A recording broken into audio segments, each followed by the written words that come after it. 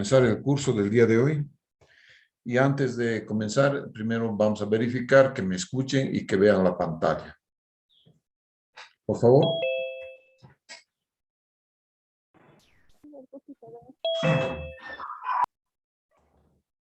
Sí, todo ok, Inge. ¿Todo está bien, no? Sí, Ya, bien, vamos a ver. Entonces, ayer habíamos quedado en la parte administrativa del reglamento. Y esta parte administrativa tiene lo que se llama las servidumbres.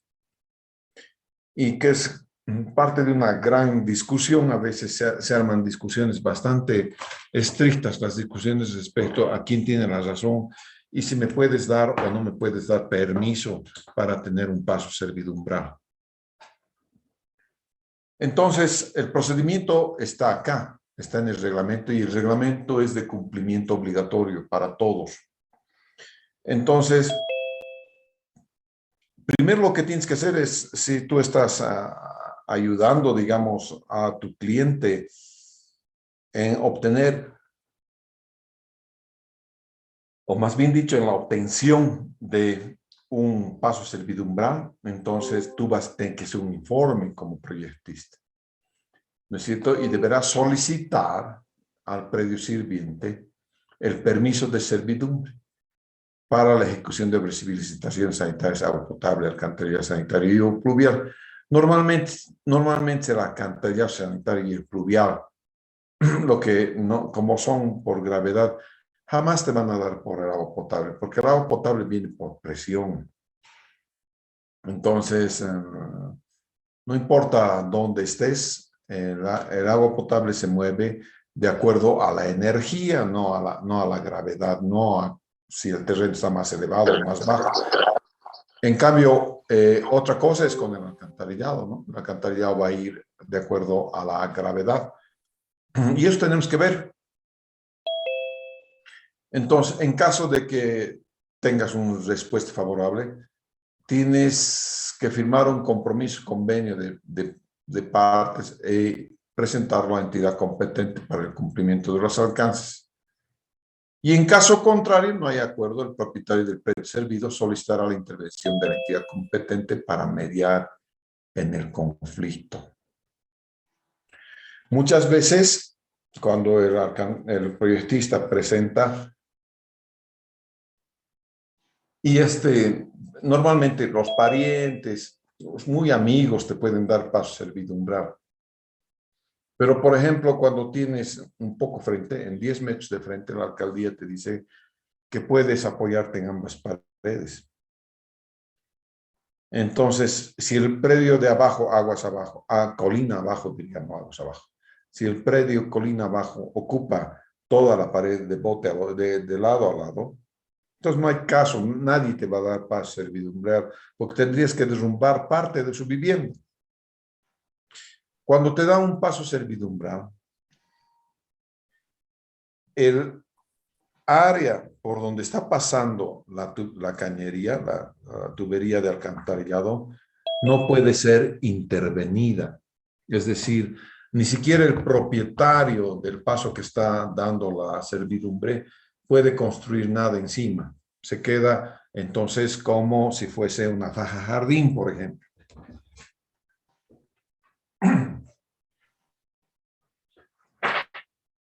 Entonces es muy difícil obtener un paso servidumbral. Porque además, cuando te den el mismo paso servidumbral, aparte de no poder construir nada encima, tienes que, este paso servidumbral, no sé si aquí estará puesto en vigencia, pero tendrías que inscribirlo en derechos reales, porque es como una especie de copropiedad, ¿no es cierto? Y si no haces eso y ese paso servidumbral no está registrado, el problema es serio. Al lado de mi casa, bueno, mi casa es todo la esquina y no tengo problemas, va a un parque, pero ya tienen en la parte de abajo vecino. Y así ha sucedido con la parte de mi vecina de la esquina, ¿no es cierto? que en la parte tenía su paso servidumbral por la parte del lote de abajo, porque no había nada en el lote de abajo y seguramente hicieron un acuerdo con su vecino y por ahí había paso servidumbral. Pero ocurrió que el terreno fue vendido y el nuevo dueño hace un edificio, una edificación que ocupa prácticamente toda la parte de atrás. Ahí se genera un conflicto entonces, ¿no es cierto? Y la vecina dice, oh, momentito, yo tengo mi alcantarillado sanitario por ahí, ¿no es cierto? Y no puedes tú quitarme el derecho que tengo. Uy, ahí se arma un lío, ahí tiene que ver, tiene que venir un proyectista, el de Semapa, tiene que hacer un informe. Si este informe no es convincente a las partes, entonces recurre a la APS. Y el APS da un informe cuasi final. ¿Por qué te digo cuasi final? Porque aún puedes ir a la justicia ordinaria, ¿no es cierto? Y en la parte civil demandar tus derechos. Pero el juez primero te va a mandar hoy en día a una conciliación. Entonces te van a llamar para conciliar y van a ver si puedes o no conciliar. En caso de que no puedas conciliar, entonces va al juez y el juez va a dirimir. Pero como tienes ya el veredicto de la APS, es bien difícil que el juez, casi imposible que el juez, ¿no es cierto?, pueda dirimir en función de sus intereses, no en función, digamos, de la legislatura y de la ley en favor de uno o de otro, ¿no es cierto?, tratando de favorecer. Eso no se puede hacer. Porque, claro, como ya tienes un veredicto de la APS, puede el juez fácilmente tener una acusación de prevaricato. Entonces, lo que la APS dice es casi ley y se va a aplicar. Entonces, a solicitud del interesado, en este caso la entidad competente que es Semapa, emite un informe técnico de declaratoria de servidumbre, ¿no es cierto? Y toma en cuenta todos los criterios técnicos que deben haber. En caso de respuesta desfavorable del propietario del fondo sirviente, podrán pedir la participación de la Asociación Boliviana de Ingeniería Sanitaria y Ambiental o de la Sociedad de Ingenieros Ambientales como instancia dirimitoria para emitir una opinión técnica definitiva. Como les digo, aún con esta parte del informe técnico que pueda dar la ABIS, que es la Asociación Boliviana de Ingeniería Sanitaria, tú puedes recurrir todavía a la vía ordinaria. Entonces, ¿cuáles son los requisitos? ¿No es cierto? Todas las instalaciones sanitarias son de responsabilidad del predio beneficiado, es decir, del fondo servido. Entonces, vas a tener primero que garantizar la calidad de los materiales y garantizar la buena ejecución, ¿no es cierto?, para que no haya problemas en el futuro. Las obras correspondientes a una servidumbre deben diseñarse sin poner en riesgo la seguridad física del fondo sirviente. En realidad, si hay una edificación por donde va a pasar el alcantarillado, no te van a dar servidumbre. Es imposible. ¿No es cierto? En caso, dice el propietario del predio beneficiado, tiene que asumir toda la operación y el mantenimiento, ¿no es cierto?, de la tubería, de su tubería y de la parte de tubería que está yendo por el predio vecino, el que te da el fondo sirviente, en otras palabras, ¿no es cierto?, o sea, el lote que hace de fondo sirviente. Entonces, para no hacer operación, ¿qué tal si tapas el alcantarillado y rebalsa en lo del vecino? Te va a tragar el vecino, ¿no es cierto? Porque le vas a inundar de caca todo su jardín. Y entonces, obviamente, tienes que tener la mejor calidad posible en el alcantarillado sanitario, ¿no es cierto? Bien, si hay acuerdo, ¿no es cierto?, y previa aprobación de Semapa, el predio sirviente podrá utilizar parte o el total de las instalaciones sanitarias de la servidumbre de paso.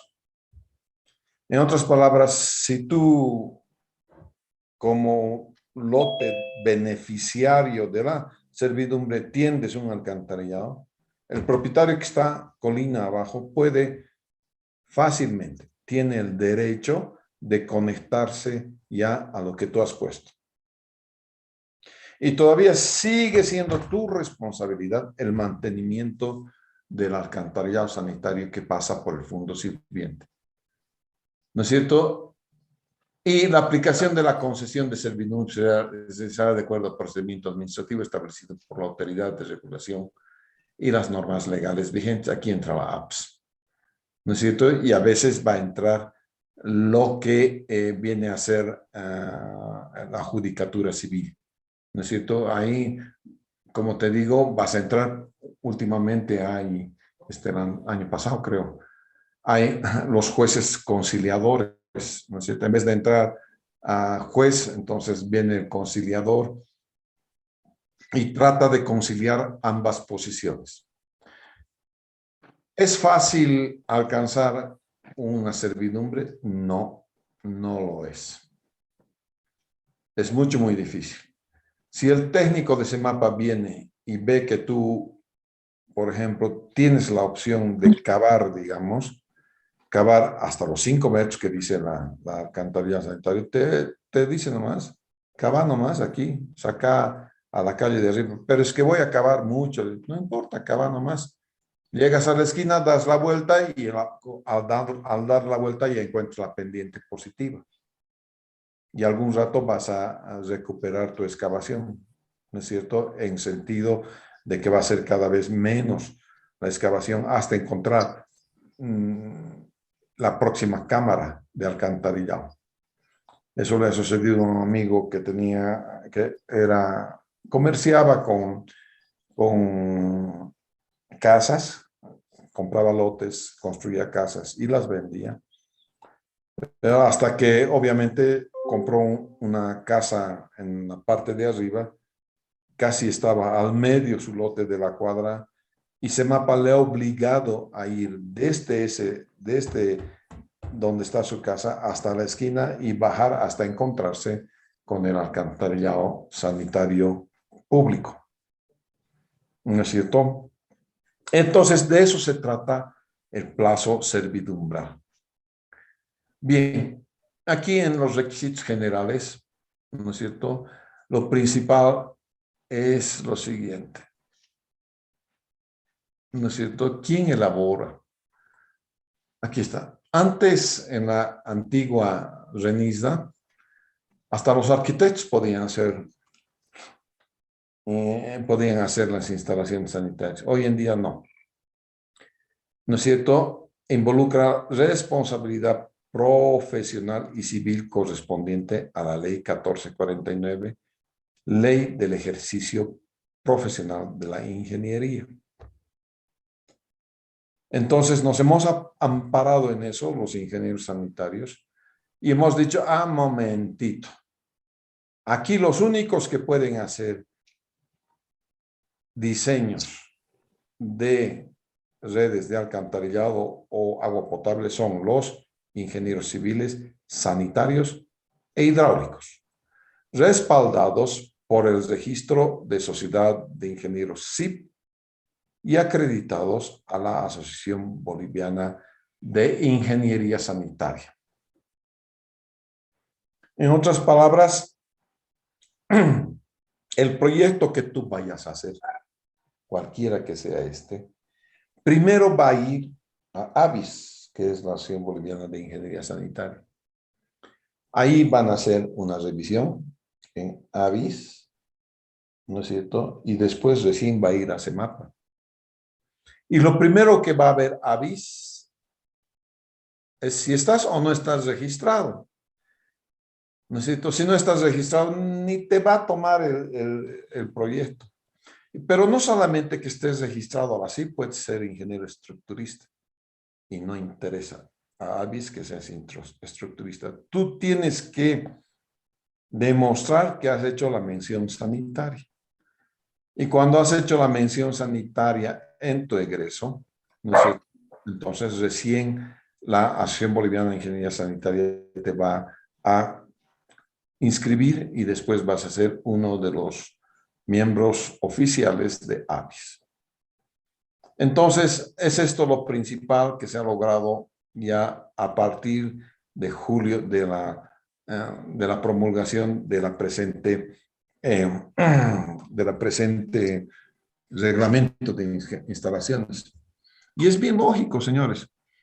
Cuando tú vas a la alcaldía municipal llevando unos planos arquitectónicos, a ver, firma tú como ingeniero civil, pero se dan vuelta como media en la alcaldía, ¿no es cierto? Y dicen, tiene que estar sellado por el Colegio de Arquitectos.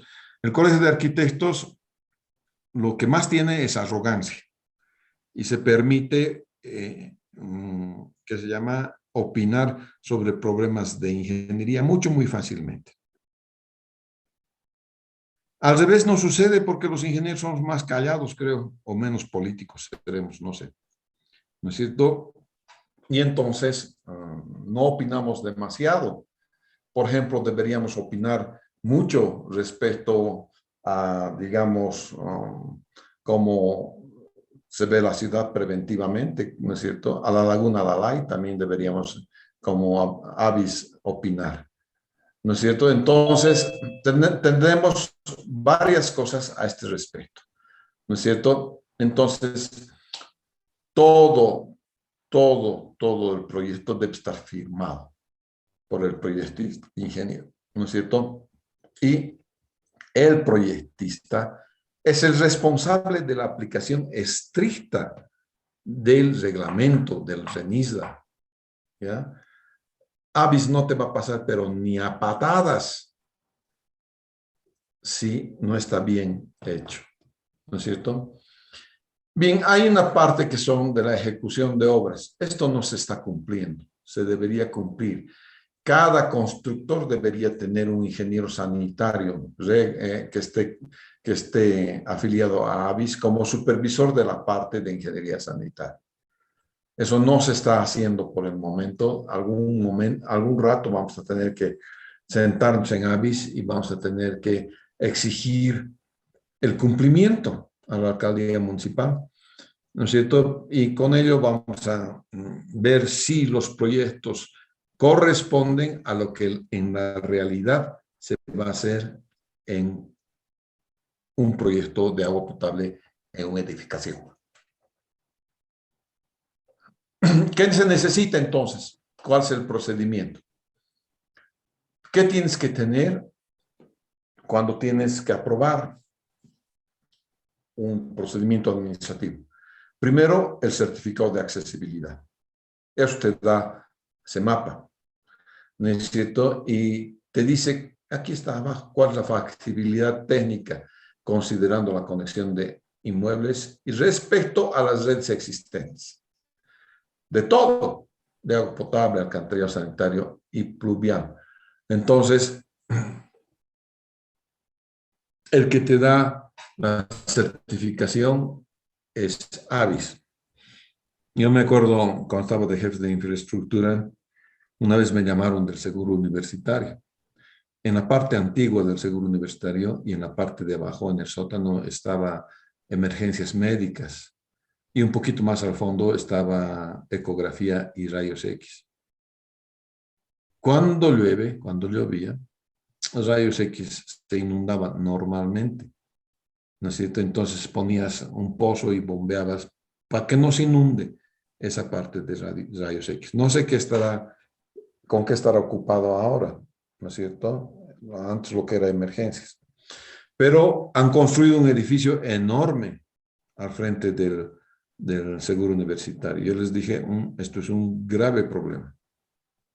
Necesito, y entonces hay que ver si tienen o no el certificado de accesibilidad, ¿no es cierto? Porque de hacer el desagüe de una casita se convirtió el desagüe de un edificio bastante grande, ¿no es cierto? Con muchos habitantes. Presentación y aprobación del proyecto. En nuestro caso tiene una presentación a Avis. Avis pasa al CEMAPA. Y recién CEMAPA te da la autorización para hacer el contrato. Entonces, con el contrato vas a tener la autorización de ejecución de obras, ejecutan las obras, se abren las inspecciones técnicas, se hace la desinfección sanitaria, la recepción de obras y se hacen las conexiones. Todo esto entonces está explicado ¿no es cierto?, en el reglamento, cómo se hace.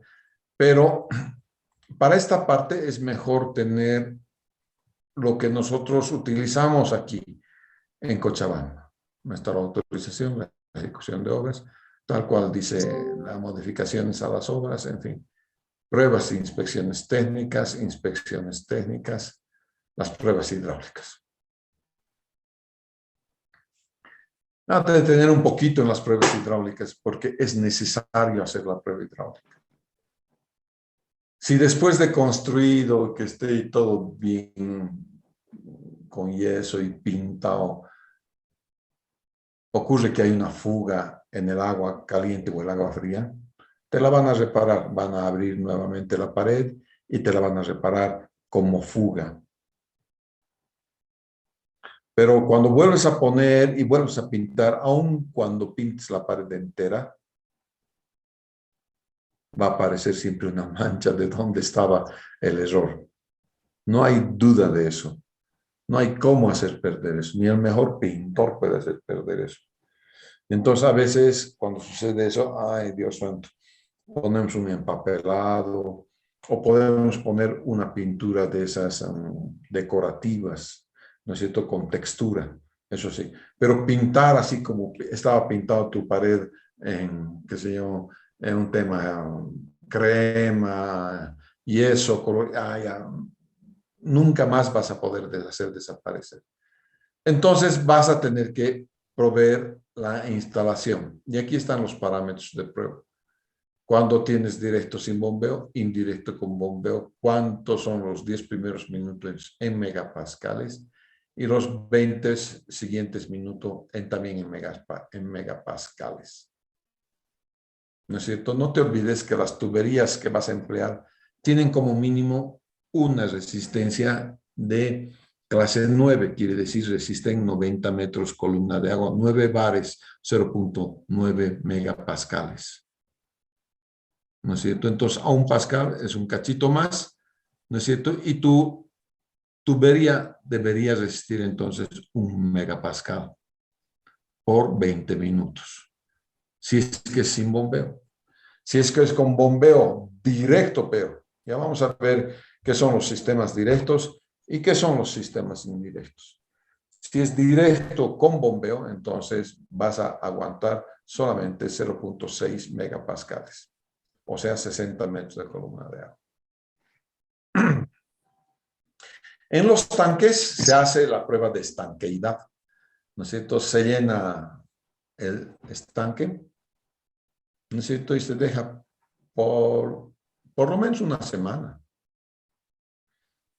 Si al día siguiente vas a ver qué ha pasado con tu tanque, vas a ver manchitas de humedad, ¿no es cierto? Eso es porque no se han secado los poros todavía y algunos poritos que están abiertos. Entonces tienes que dejar que el hormigón siga absorbiendo agua hasta que llegue un momento en que no va a absorber más agua. Y el tanque es perfectamente estanco. Una vez que has hecho eso, vuelves a llenar el tanque y entonces recién vas a hacer la medición de niveles. ¿No es cierto? Tienes que hacer niveles. Por ejemplo, y eso sucede en todas las obras hidráulicas. Por ejemplo, ayer nomás hemos hecho la prueba hidráulica de la calle Santibáñez y la calle General Achá. Para hacer en la mañana eso, en la noche han cargado de agua. Presurizan más o menos a 60 metros de columna de agua. Y después, en la mañana, cuando van a hacer la prueba hidráulica, ya elevan a la presión de prueba y la mantienen así por 4 horas. Claro, yo soy muy estricto en eso. Les estoy obligando a hacer eso. Pero en realidad, bastaría que me hagan la prueba con la presión de funcionamiento. Pero bueno, ahí está. Entonces, primero siempre se llena de agua, siempre hay, incluso el plástico chupa un poquito de agua, más el tanque va a chupar agua, mucha agua, ¿no es cierto? Alguna vez alguien me dijo, un bandido me dijo, oiga, ingeniero, sí, enturbie el agua ¿qué se llama? Con arcilla. ¿Y para qué quieres que enturbie? A ver, hágame caso. Enturbias el agua con arcilla y las moléculas de arcilla y los coloides van y sellan los intersticios que podrías haber dejado en el hormigón. Y entonces ya se vuelve estable. Sí. El que le han dado hoy se orina. Porque sabes que se orina. Catherine, no estás en el curso, ¿no? Entonces, esa es la prueba hidráulica que es para el agua potable. ¿No es cierto? Después hay inspecciones técnicas, como les he dicho, ya no hacemos, ¿no es cierto? Inspecciones técnicas de bajantes y de instalaciones. Lo único que vemos es que el alcantarillado sanitario de tu edificación vaya al alcantarillado público, sanitario, pero ¿no es cierto? Y hacemos pruebas, estas son las pruebas de bajantes sanitarios, ¿no es cierto? Entonces se hace por tramos y se llena un tramo, ¿no es cierto? A la presión de 3 metros de columna de agua, por 15 minutos nada más, ¿no es cierto? Y debes tener estanqueidad. En la prueba hidráulica de bajantes sanitarios y pluviales, el ensayo deberá asegurar una presión resultante en el punto más bajo, que no exceda 6 metros de columna de agua. No te olvides que es un edificio. Cuidado, estés cargando pues demasiado, ¿no es cierto? El agua el alcantarillado no está hecho para trabajar a presión. Es por eso que manejamos estas presiones nada más. ¿De acuerdo?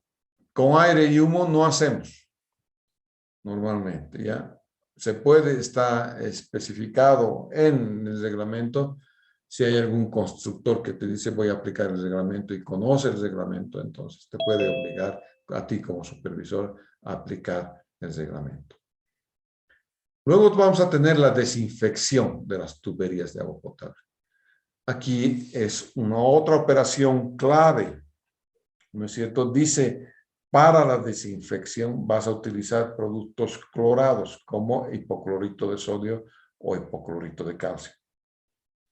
El hipoclorito de sodio tiene menos poder desinfectante que el hipoclorito de calcio, ya que solamente produce con el agua un ion de ácido hipocloroso, que es el que desinfecta. En cambio, el hipoclorito de calcio produce 2 de ellos, o sea que tiene, digamos, un poder desinfectante del doble. Este hipoclorito de calcio viene granulado, viene como un balde de pintura, pero granulado. ¿Ya? Y se conoce comercialmente con el nombre de HTH, High Tension Hypochlorite, HTH. Entonces, con eso tú puedes desinfectar. Agarras, diluyes a concentración de 10 al 15%, ¿no es cierto? Y de 60 a 70% de cloro libre respectivamente. Si es con hipoclorito de calcio, es 60-70%. ¿Ya? Porque tienes el doble del poder desinfectante.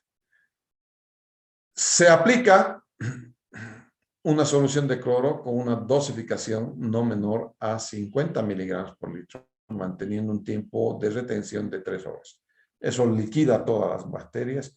Una vez que has hecho eso, largas el agua, dejas que se vaya a la alcantarilla pluvial, ¿no es cierto? Y luego ya tienes libre para poder poner en funcionamiento tu tanque. El tanque también tienes que desinfectar, ¿no es cierto? Hay que lavar las paredes con cepillo con una solución de hipoclorito a 150 miligramos por litro.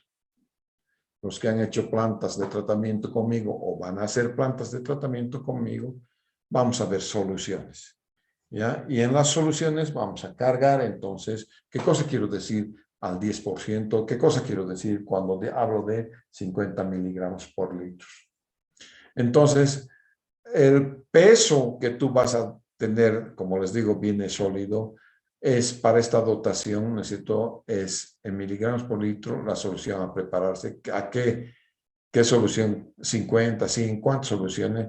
El volumen del reservorio o del balde de agua, el porcentaje de cloro activo. El hipoclorito de calcio tiene, creo, si mal no recuerdo, hasta 70 por ciento de cloro activo. Solamente los elementos químicos pro análisis, PA, pro análisis, son 100% puros, pero eso es para laboratorio. Comercialmente no te van a vender nunca un producto que sea 100% puro, no hay eso. Entonces, aquí es el porcentaje de pureza multiplicado por 10, que es un factor de corrección. ¿No es cierto? No les aconsejo hacer por inyección continua, por lo tanto, olvídense de esto, de esta parte. Luego recibes las obras y haces la conexión domiciliaria. ¿Quién es el responsable? Obviamente, el proyectista. Y corresponsabilidad del supervisor de obra. Bien, eso es en lo que se trata de las partes de partes administrativas. Vamos a ver la parte administrativa que viene por parte de ABIS.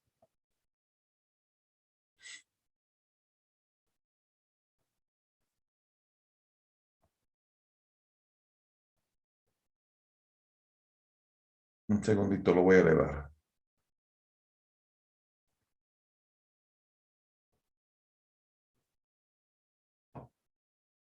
A ver.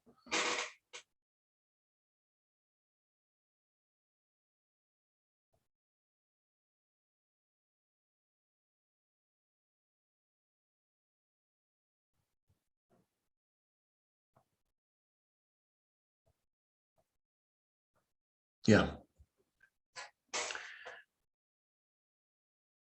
Esto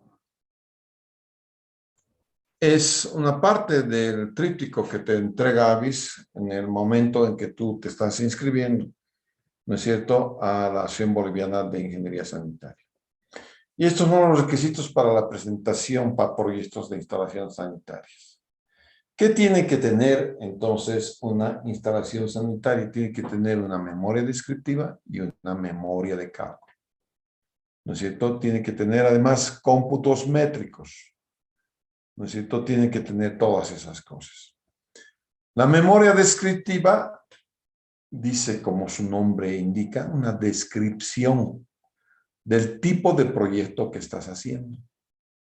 ¿Qué artefactos sanitarios, qué facilidades sanitarias tienes en la edificación? Todas esas cosas vas a ver en esta parte de la memoria descriptiva.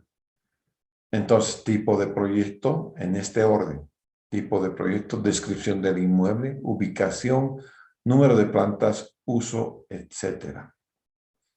Entonces, yo para el próximo sábado, la próxima clase, ya tengo que ver de ustedes la presentación de la casita unifamiliar, hasta máximo 2 pisos que pretenden utilizar en el taller de diseño de instalaciones sanitarias.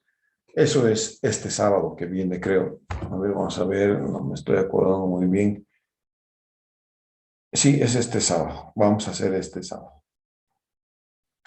Muy bien, señores.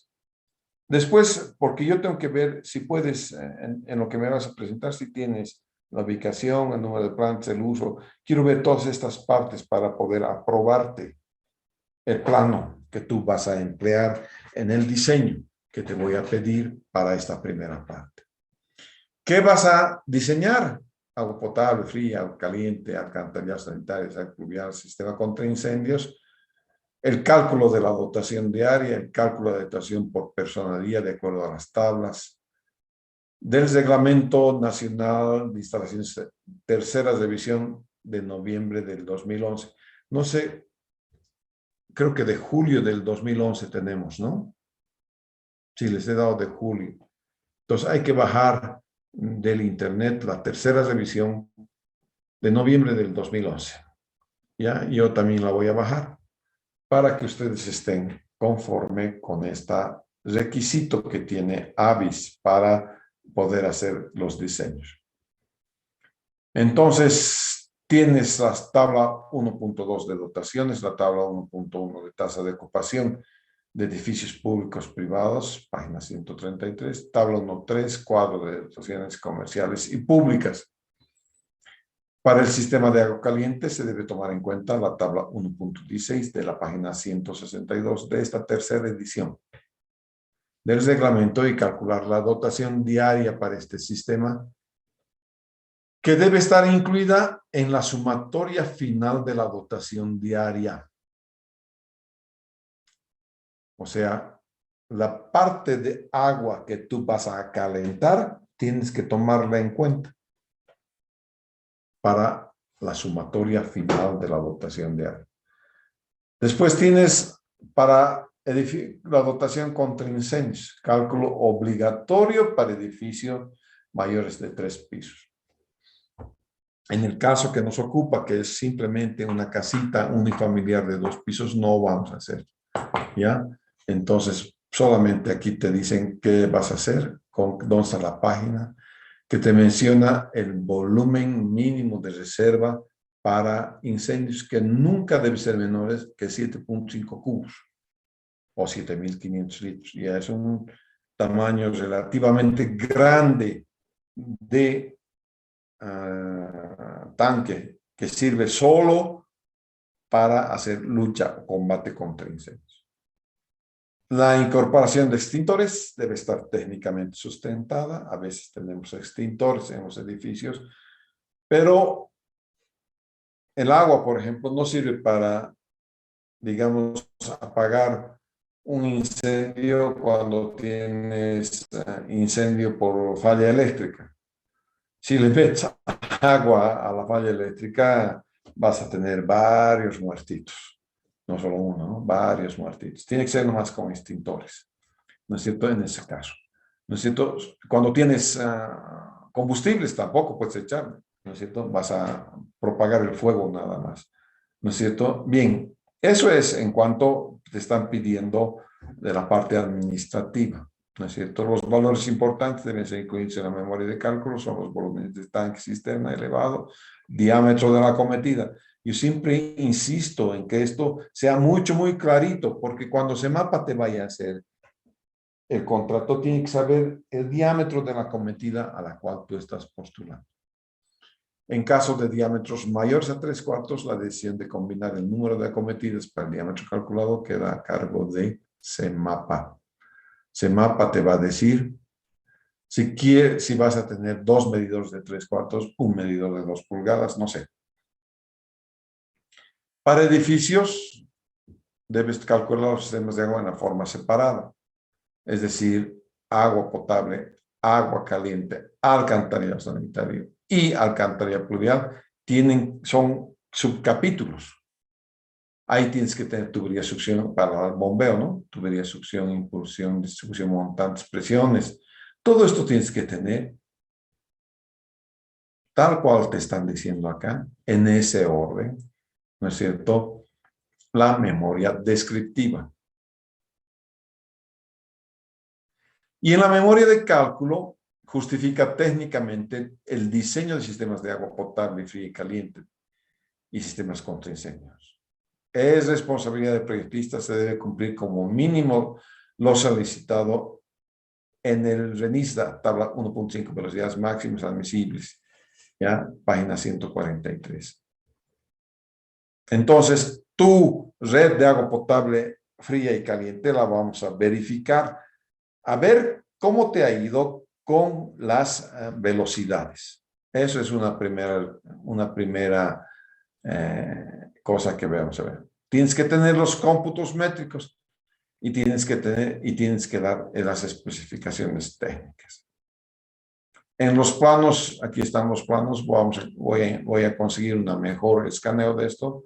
Esto no está bien escaneado, ¿no es cierto? Voy a conseguir un mejor escaneo y les voy a enviar esta parte donde están las condiciones con el formato de la carátula. Este carátula debe ir pegado en un folder amarillo. Cuando te van a dar, vas a ir a CEMAPA para entregar tu, a Avis para entregar tu proyecto. Avis te va a pedir el plano original arquitectónico aprobado. Eso para saber que el proyectista no está dibujando, pues, no está haciendo dibujo libre, sino está haciendo un proyecto que corresponda a una edificación ya aprobada. Ese plano arquitectónico te lo va a devolver porque no va a ser propiedad, no es parte, ¿no es cierto?, de lo que va a ser archivado. Sí van a archivar una copia de eso, ¿no es cierto? Y a partir de ello, todo lo que corresponda a el proyecto. Entonces vas a tener una copia para Avis, una copia para CEMAPA y una copia para el propietario, ¿no es cierto? Porque es el propietario el que te está pagando por el proyecto y tienes obviamente que responderle a él con un diseño, con sus planos, con todo. Tienes que entregar al propietario debidamente aprobado. El contrato es otra cosa. El contrato depende del propietario. Pero de ti, proyectista, depende llevar todo esto por Avis Peregrinal, por CEMAPA y conseguir la aprobación. Los costos de la aprobación, ahora no tengo idea. Voy a pasar por Avis, puesto que mi hijo Sergio acaba de concluir el mercado de Coraca, que es una instalación, y voy a ir a ver cuánto cuesta, porque Avis tiene tarifa, ¿ya? Y esa tarifa la debe pagar, obviamente, el que te ha contratado, pero tú tienes que decirle cuánto va a costar, ¿ya? Entonces, esas cositas voy a intentar en el transcurso de esta semana ir a Avis. Ya me han pedido que vaya a Avis para que ponga al día algunos de mis datos. Bien. Hasta aquí entonces tenemos todo lo referido al marco normativo. ¿Alguna pregunta? No les voy a recibir si no está hecho a mano. Entonces, lapicito rojo, lapicito azul, lapicito negro, como cuando estábamos en colegio, muchachos. ¿No es cierto? Para poder rayar el agua potable, el agua caliente, el agua negra y el agua pluvial. El código de colores está aquí. Agua fría, azul. Agua caliente, rojo.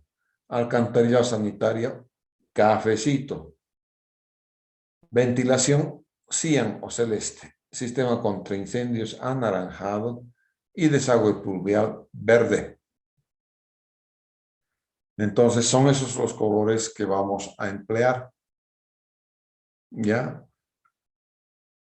Sábado, entonces, quiero ver sus planitos, por favor.